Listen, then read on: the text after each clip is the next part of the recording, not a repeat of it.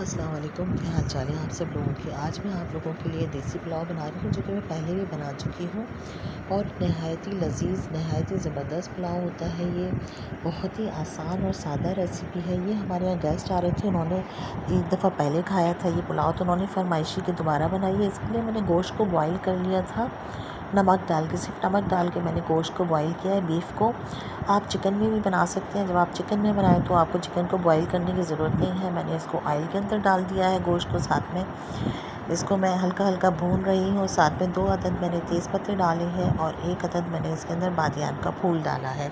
मैंने आपको बताया ना कि बहुत कम मसालों से ये पुलाव बनता है और वो नहायत ही लज़ीज़ बनता है। तो चूँकि फ़रमाइश थी हमारे गेस्ट की, तो हमने कहा चलो आज दोबारा रेसिपी बना रहे हैं तो आपको दोबारा से बता देते हैं इसकी रेसिपी। जब उनको इतना पसंद आया तो आपको भी लाजमी बहुत ही ज़्यादा पसंद आएगा ये पुलाव। इसको हल्के हल्के हमने मिक्स कर लिया, ऑयल गर्म करके इसमें बॉयल गोश्त हमने डाल दिया है। आप अगर चिकन में बनाएंगे तो चिकन को बॉईल करने की ज़रूरत नहीं है, पूरी रेसिपी एज़ इट इज़ आपने फॉलो करनी है।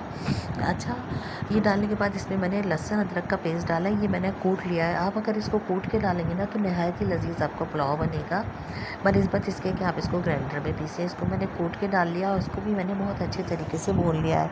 लहसुन अदरक की स्मेल नहीं होनी चाहिए, अगर स्मेल होती है तो फिर पुलाव ख़राब हो जाता है। तो इसको थोड़ा सा भून लेना है आपने अच्छे से कि इसमें से स्मेल निकल जाए लहसुन और अदरक की। जब ये भुन जाएगा तो इसमें से खुशबू आनी शुरू हो जाएगी, बहुत ही प्यारी खुशबू आएगी आपको लहसुन की। इसके भुनने के बाद आपने क्या करना है कि जो हमारा एक तरीका है, मैंने इसका नाम रखा है अपने पुलाव का देसी पुलाव। तो इसको हमने ढक देना है थोड़ा सा, ताकि ज़रा सा ये भुन जाए। ये भुन जाएगा, भुनने के बाद हमने इसका ढक्कन खोलना है। खोलने के बाद चूँकि हमने इसका नाम रखा है देसी पुलाव, तो ज़रा ये हमारा देसी तरीका है। 3 अदद मैंने टमाटर लिया, खूब बहुत सी हरी मिर्च ली है, तकरीबन 15-20 के करीब आप समझ लीजिए हरी मिर्चें ली है। हरी मिर्चें काफ़ी तेज़ है तो ये मैंने तकरीबन 15 ली थी। इनको हमने कूट लिया शॉपर के अंदर और इनको फिर कूटने के बाद इसको गोश्त के अंदर मिक्स कर दिया। देखिए टमाटर साबुत साबुत से हैं, इनको इसी तरीके से हमने जितना ये कूट गए उतना हमने कूट के इसके अंदर डाल दिया, बहुत ज़्यादा नहीं कूटा और फिर इसको ढक के रख दिया। इनका जो टमाटरों का पानी है ना, इसी पानी के अंदर ये जो है ये गल जाएंगे टमाटर। उसको हमने ढक के छोड़ दिया, उसके बाद दोबारा खोल के देखा तो टमाटर बिल्कुल मैश हो गए थे। इसमें हमने तकरीबन 2 चम्मच के करीब दही डाली है। देखिए दही बहुत ज़्यादा खट्टी नहीं होनी चाहिए, दरमियानी होनी चाहिए।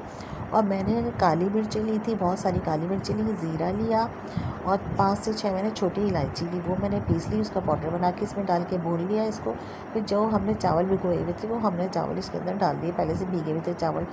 चावल भिगो के ना हमने ना क्या किया कि चावल डालने के बाद ना हम इसको मसाले के अंदर खूब अच्छे से मिक्स कर लेते हैं खुश्क चावलों को, यानी जो भीगे हुए चावल होते हैं। देखिए मैं किस तरह मिक्स कर रही हूँ, तो वो जो फ्लेवर्स होते हैं ना सारे मसालों के, फ्लेवर चावलों में बहुत अच्छे से रच बस जाते हैं जब ये अच्छे से मिक्स कर लिए। तो अच्छा क्या हमारे साथ एक कारस्तानी हो गई, हमारी बेटी ने चावल बढ़ा दिए चुपके से, 2 मुट्ठी चावल और ज़्यादा कर दिए इसमें। तो हमें पता ही नहीं चला कि चावल बहुत ज़्यादा बढ़ चुके हैं, तो अब हमें बर्तन चेंज करना पड़ रहा है इसका, उनकी कारस्तानी की वजह से। उन्हें इतना पसंद है, उन्होंने कहा नहीं ये चावल तो कम हो जाएंगे, गेस्ट भी आ रहे हैं तो थोड़े चुपके से हम बढ़ा लेते हैं चावल। उन्होंने बढ़ा लिया तो ये बर्तन छोटा पड़ गया, तो हमने बर्तन को चेंज किया।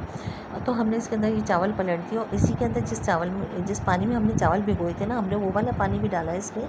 और यखनी का पानी जिसमें हमने गोश्त बॉईल किया था वो भी हमने इसके अंदर डाल दिया है। फिर नमक हमने चेक कर लिया, इसका नमक अपनी मर्ज़ी के हिसाब से हमने डाल दिया जितना हमें पसंद है। और इसको देख लीजिए ये दम पे आने लगे हैं, तो ऊपर से हमने इसके अंदर आलू बुखारे डाल दिए और जो बॉयल आलू थे वो डाले। नमक डाल के मैंने आलू जो थे वो बॉयल किए थे, क्योंकि मुझे आलू बेसिकली बहुत पसंद है पुलाव में, तो मैं अपने लिए तो लाजमी डालती हूँ। ये आलू डाल दिए मैंने और उसके बाद हमने इसके ऊपर देखिए आलू डालने के बाद थोड़ी देर के लिए इसको हमने दम पे रख दिया। तो आलू तो ऑलरेडी पहले से बॉयल थे, थोड़ा सा दम पे रखा है हमने इसको। फिर हमने क्रिस्पी प्याज डाली। देखिए मैंने क्रिस्पी प्याज की रेसिपी भी आपको मेरे चैनल पे मिल जाएगी कि किस तरह प्याज को क्रिस्पी रखते हैं। ये प्याज मैंने फ्राई कर ली थी, पहले फ्राई करके रख ली थी, और जिस ऑयल में मैंने फ्राई की थी ना प्याज, उसी ऑयल में मैंने ये पुलाव बनाया। नहायत ही ज़बरदस्त खुशबूदार, बिल्कुल सिंपल और बहुत कम मसालों से बनने वाला पुलाव है, बहुत ही लजीज पुलाव है ये। और ये स्पेशली हमारे कामरान भाई की फ़रमाइश पे बनाया गया है। कामरान भाई ने फ़रमाइश की थी कि आज हमें उन्होंने हमारे हाथ का देसी पुलाव खाना है, तो हमने आज देसी पुलाव बनाया है। तो हमने सोचा आप लोगों के साथ भी ये रेसिपी शेयर कर दी जाए दोबारा से। तो इस पुलाव को लाजमी ट्राई कीजिएगा, बहुत कम मज़ा से बनता है और नहायत ही टेस्टी बनता है। देखिए खुश्क मसालों में